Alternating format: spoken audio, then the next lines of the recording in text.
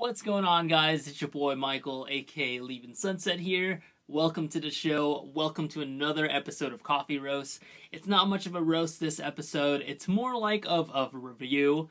But we are reviewing the biggest movie of this weekend. It literally hit records for the best first day, I think, like opening night premiere. Um, Next to Avengers. It's the second movie, or the second biggest grossing movie for its first day opening, and that is Spider-Man No Way Home. That was honestly the biggest movie that I've watched this year, let alone my favorite movie of this year. But yeah, this takes my top three spot of my favorite Marvel films, next to, Endgame and Black Panther. But this movie was so insane, and I was very much inspired by the moist meter that Critical or Charlie released on his movie. There will be spoilers. I'm going to say it right now. Spoilers now, because we're going to get started and talking about the entire thing. In my opinions on the entire movie and stuff like that. We're just going to reiterate some of the scenes and what I loved about the movie, some of the parts that really intrigued me as somebody who studies film, and essentially, yeah, just showing my love for the movie, showing my love for the Marvel Cinematic Universe, and just having a conversation with you guys. To start off, Spider-Man. My notes on the entire thing. Very much a good transition, a great transition from the previous film, Far From Home. Literally takes place the moment after his identity, Peter Parker, aka Tom Holland's identity, is revealed out to the world in NYC. And just the whole swinging through NYC and the POV shots, which were so beautiful, by the way, with him and Zendaya just flying through the city, was amazing to me. It was very cinematic, and I just love the comedy in the movie. Very much reminds me of the whole Guardians of the Galaxy comedy, except it's a little more flared up, I'd argue. And in Spider-Man, like the opening scene especially, we get to see Happy and Aunt May interacting with each other, and it's kind of like, it's kind of just like this cute, like, little rom-com sketch that they're having about, like, oh, it worked out, kinda, and, it's not gonna work out now. But I thought the opening scene was great. I took notes on that. I just love the cinematic shots. The POV shots were totally amazing. It's kind of funny how, like, we mirror the beginning and the end, and how, if the spell went right, how it was going to happen and stuff like that. But of course, Doctor Strange, aka Steven, not Sir, was picking out who remembers him and stuff like that. And that's what kind of fucked up the spell. Just Peter Parker's kind of fear of not being remembered by the people who cherish him. And that's what messed up the spell, and that's how people from the multiverse were essentially leaking into their world. Willem Dafoe as Green Goblin, Jimmy Fox over there, and Doctor Octopus, and just everybody who were, coming from the other Spider-Man iterations were coming into our world because of that debacle of the spell. I thought one of my favorite scenes from the entire film was Spider-Man talking to each other, or should I say Spider-Men. But that was one of my favorite moments of the film, was not only all three of them talking to each other on top of the building, but also just the reprise of Tobey Maguire's and Andrew Garfield's role as Spider-Man. I essentially grew up watching, Spider-Man. Both, just like some of the animation stuff from like that one Heroes channel or whatever it was. I think it was like a Disney XD or something like that. And growing up with Tobey Maguire, watching the Spider-Man trilogy, the Amazing Spider-Man, which was, I thought was like really something that mirrored the comic books. And of course, Tom Holland's version of Spider-Man, which is now a trilogy. But yeah, one of my favorite parts of the movie was seeing both of them reprise their roles. You could see both of their love, both Garfield's and Maguire's love for Spider-Man. I thought it was amazing how, Ned was doing the whole Doctor Strange thing, and then we see the whole intro to Andrew Garfield's Spider-Man, And then we see Toby in his like nice little suit jacket and stuff like that. You know, remember when he was doing that whole walking scene, and we have that whole montage in Spider-Man 3 where he's walking down the street of New York City, being that guy, trying to be that cool guy. Yeah, super amazing and powerful scene. We got to see both of them come back. It was just a hit or a wave of nostalgia rolling in, and that was one of my favorite scenes of the movie by far. Also, where they talk to each other and Tom Holland meets the other Spider-Man or Spider-Man. That was very powerful. It just shows the empathy between all of them, especially after Tom Holland, spoilers again, loses Aunt May. We know that we essentially can't have a Spider-Man film without the tragedy, without Uncle Ben, without Gwen, without Aunt May. And these are all characters, these are all side characters that essentially helped Spider-Man grow, to help Spider-Man become who he is, a part of his identity. They were people who very much, tuned in that, with great power comes great responsibility, one of my favorite lines, and essentially just helped Spider-Man grow. These are the people that really cherished Spider-Man, and that Spider-Man really cherished them. And without them, Spider-Man wouldn't be the really morally aligned superhero that he truly is. And we see that with Aunt May's decision to help these people, aka the villains in the movie, which is the plot. The movie could have just ended with, them pushing the square and having them succumb to fate. All the enemies, Green Goblin, Dr. Octopus, everybody, right? They could have just died, and their fates could have just played out, and their roles could have just played out. But what the movie really conveyed to us is that second chances are truly there. Whether or not, we believe in them, there are second chances for everyone, mostly everyone, but in this movie we see that. And that's one of the themes in this movie, is about, second chances and forgiveness. That was one of the biggest themes of the movie. And I really connected to that, because you know what I mean? We see the whole empathy thing.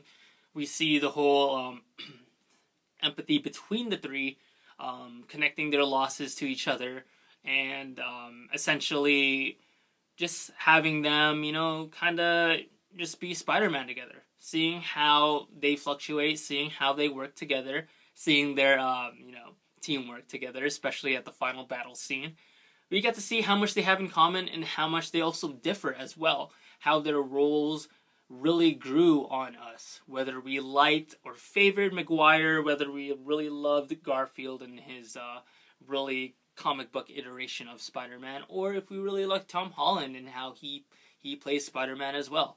We get to see these very important and differentiating things between all three of them, but also in the movie we get to see their similarities, their commonalities between each other. And I thought that was very beautiful. It was very, well spoken, and it was very heartwarming to see them talk about their losses, especially, and trying to show that to Peter Parker, or aka Tom Holland's role, that hey, we Garfield and Maguire really get what you're feeling, and it might not be the same, but we know the tragedy. We know that you've lost somebody. We're very sorry about the entire thing. What can we do to help you?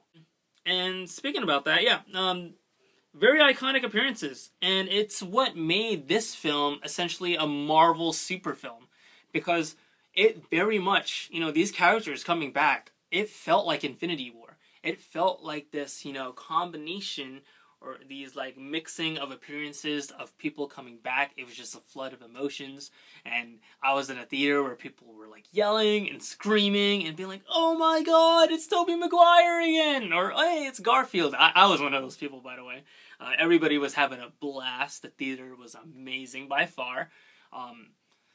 That's why I go to the theater. It's for experiences like those, and it was just very beautiful. And that's what made this film a super film, in my opinion, is that We get to see these characters coming from the multiverse, coming from these other iconic movies of Spider-Man and the Spider-Man series, and seeing them come again and just being hit again with that wave of nostalgia. That's what made this film a super film to me. Yeah, I was really sad about the Andrew Garfield scenes because it really reminds me of his Spider-Man role and his acting, and it really just shows his love for the character, especially when we see the emotions and the tears rolling about him talking about losing Gwen or his MJ. That was very sad, and I almost cried, especially at the scene where he catches Zendaya. That is something he failed at in the previous Spider-Man, and we see him tear up because he could have, that was something he could have did differently, right? And it didn't work. The momentum and having her crash down. In the previous Spider-Man film, he learned from that, and it's that whole argument with the whole Superman thing, flying to catch somebody. Usually that'll be if he catches somebody at Mach speed, that usually would just crush somebody. You know what I mean? That person would just die in his arms rather than falling to the floor. It's that whole momentum physics thing, and that's what played out in the previous Spider-Man, or the Amazing Spider-Man, and we see it play out again, that tragic scene in No Way Home, but it plays out differently, of course. But yeah, that was just a heartbreaking scene, because especially fans who've watched the previous Spider-Man know that goddamn, that was something we wished we saw with the whole Zendaya outtake in the previous movie. But of course it was tragic, and we like we said, we can't have Spider-Man without his fate of experiencing the tragedy. But yeah, I thought the Aunt May scene and the empathy again between the Spider-Man talking about their losses was very much powerful. And I thought Jamie Foxx and him talking about Miles, aka Black Spider-Man, not the Logic song, which I actually like that song, by the way. But that was just the whole connection to the whole multiverse and the teasing of the new movie, which, by the way, the trailer dropped for what do you call that? Spider-Man, the Into the Spider-Verse series, the animated series, that there's now a new movie coming out. And that was kind of the sort of tease that Jamie Foxx's character was playing along there. Really excited for that movie. I'm so excited to hear that soundtrack for that next animated movie, because the previous one was fire. The morality of Spider-Man and not killing the Green Goblin. By the way, Willem Dafoe's acting as Green Goblin in this movie was so fucking amazing. It really shows the heinous acts and just the malice that Green Goblin has. Willem Dafoe again does amazing reprise of the Green Goblin role, and being sort of just the main villain in this movie, of course, being the primary antagonist that Tom Holland has to take down in the movie, was so fucking powerful. I thought that was an amazing acting journey that Willem Dafoe has gone through with Green Goblin. You know what I mean? You look back at it when you first watched the original Spider-Man, right? The original trilogy Spider-Man movies with Tobey Maguire. You start to see the old style of acting when it comes to the whole iteration of hero movies and villains and stuff like that, and what they should be. And it kind of, when you look back at it now compared to when we watched it as kids, it looks sort of cheesy. But then when we look at it now in kind of this modern lens and this modern aspect, especially with Willem Dafoe just fucking knocking out the acting, it was amazing. And especially those scenes where we fucking see him throw down Tom Holland like a fucking Mortal Kombat execution, and he goes down those floors, those stories in the building, and we see that shot. That was so fucking powerful. I'd say during the ending fight, we see the ending fight of the movie, right? I'd say the ending fight, the whole symbolism of the Statue of Liberty, it's kind of interesting because in film school, when we write essays and stuff like that, we don't usually talk about symbolism or what's quote-unquote symbolic, because it's kind of a taboo thing. We don't really talk about the whole symbolism thing. But I would talk about it here, because the whole symbolism of the Statue of Liberty, it's more of not a personification, but like a metaphor of the fight location and how it connects to the concept of curing and quote unquote freeing the villains of their roles. And it really just shows the end of an era. We see all these villains essentially be cured of what's kind of plaguing them. The fried chip with Dr. O, the lizard guy, and just having him revert to being a human again. Same thing with Jamie Foxx's character and just losing the voltage. We essentially see them being freed of these roles, or being freed of their villain schemes. And of course the Green Goblin, and being injected and being cured by Tobey Maguire. We see this, or Peter Parker, Tom Holland actually. But yeah, we see this, and I thought the location was genius. That's what I was kind of like seeing in the movie. I was like, oh, they chose this location when he did the whole vlogging aspect.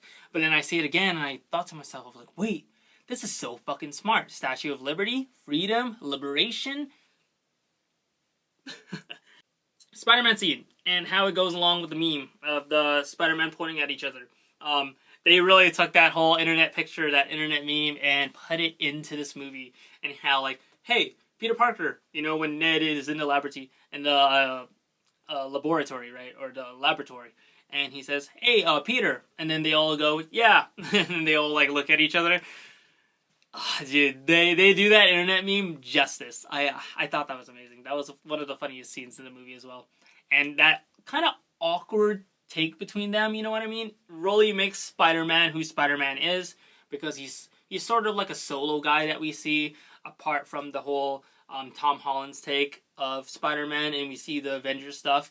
We see the Amazing Spider-Man, and we see Tobey Maguire's Spider-Man series. We see that, he's kind of like a recluse guy. He's kind of just like that lone wolf. And just seeing them fight together and work together, and the kind of like the awkward takes between them of not knowing how to like work together in the beginning of the final battle, and also just, interacting with each other, and like the awkward dialogue in between them, like before the fight especially. I thought that was very cute. But the soundtrack at the end, like the fucking Halo theme where it goes, ooh, it was beautiful. I thought the soundtrack in the entire movie actually was very good. And I still need to go back and listen to it on Spotify. But the soundtrack was also one of my favorite things of this film. It really tied everything together. Nothing felt forced, or nothing felt like totally like, awkward placing and editing or things like that. I thought it all flowed together like seamlessly. And that's how editing should be. And the music just tied all that together. Kind of like a bow on top. And especially that song at the end where we just hear the ooh, ooh, like, that was amazing. Really felt the nostalgia in this film and how it plays back to my childhood of watching the entire Spider-Man trilogy and The Amazing Spider-Man. Again, the nostalgia, that's what kind of just made me just go, oh my god, dude, like, this entire movie was that. The Daredevil cameo too, fire. Oh my god, I'm so fired, dude. We already know the news of him signing back on for like, being part of like the whole Marvel contract again and just being there. This movie, with its critiques so far, have proved to others that it's a very, very much strong film. Whether it's a hero film or not, the fans love it. The super fans love it. The Spider-Man fans love it, and a lot of people truly enjoy the movie for what it is, and that's what very much counts. I think a movie that continually relays a good message to its audience, and people enjoy the whole cinematic experience of it, and people leave the theater taking something with them. I think that's what makes film beautiful, and I rate that movie a high 10 out of 10. By the way, I love the whole Filipino representation in the movie, how Ned's aunt, or I think mother, or is it Lola? I don't know, was speaking in Tagalog. We need more representation in film, and I think John Watts, he didn't even have to put that in the script. I don't even know if it was in the script, right? Or whether she was just talking and improvising on set in Tagalog, and John Watts was like, oh, keep it there. You know what I mean? But I thought the representation was powerful. I know all my all my Filipino cousins in the Philippines. You know, pray to them, by the way, the whole typhoon season and stuff like that. It's very brutal. But I'm pretty sure that they enjoyed it, and the whole Filipino pride blasting through the airwaves on Twitter. Pretty sure it's there somewhere.